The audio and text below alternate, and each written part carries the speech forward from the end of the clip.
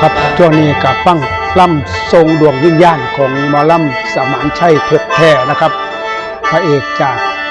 คณะนกเจียนแว่นครับพี่น้องโอ้ยละดวงเอ้ยดวงวิญญาณที่ใจไปใส่กระตังทำเรื่อง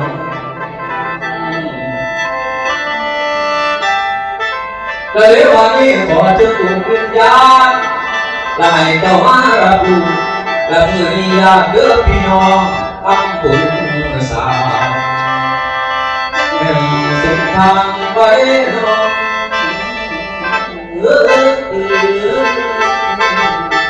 โอ้โห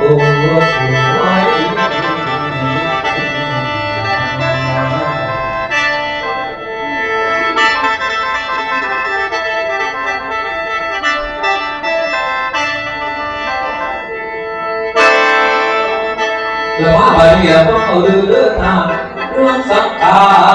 รที่ดีเนาะแต่ว่าให้มันดีที่คนบ้านกว่าแต่คือก็คือมาบอกกินภูเขาแดงคือสังขารแล้วแต่เป็นสุภาพผู้ละคนในท้องไปละคนในโลกตาหวังคนนั้นผู้วางต้องแปรรูปเสียหอเกิดมาพอเกิดความคงตายแต่ลอยถึงสู่สวรรค์จะเปรียบมาคือคุณพ่อคือคุณแม่หรือว่านั่งดาวได้จากเรื่องตายไปแต่พออะไรสุขเสียลูกหลานคือบ้านบ้าน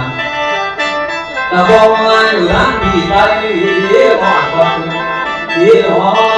เจ้าเป็นปากคือออกปากตาและคนเสียงของเป็นและเพื่อนหลวงพ่ออย่างการตามมันปากของคือเราเค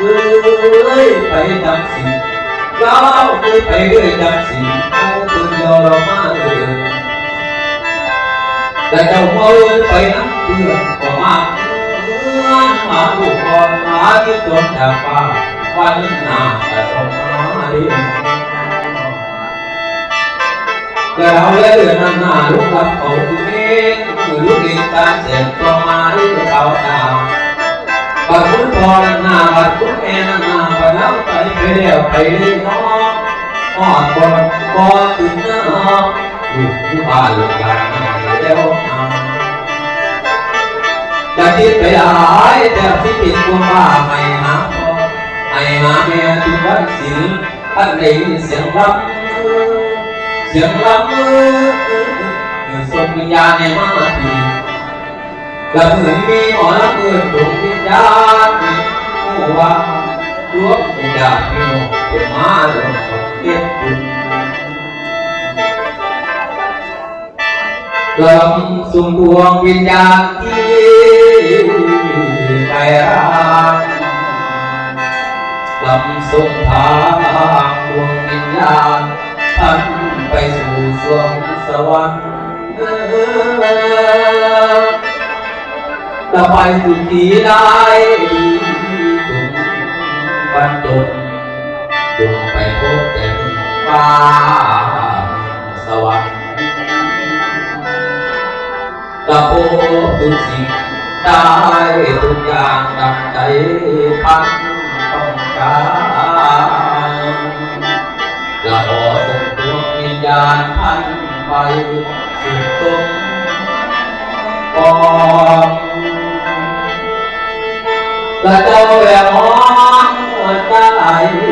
จุดสุขโลกไม่เกิดแก่ติดตายใช้ปัญหาโลกไม่เกิดกับตายคู่กันมาด้วยลูกตา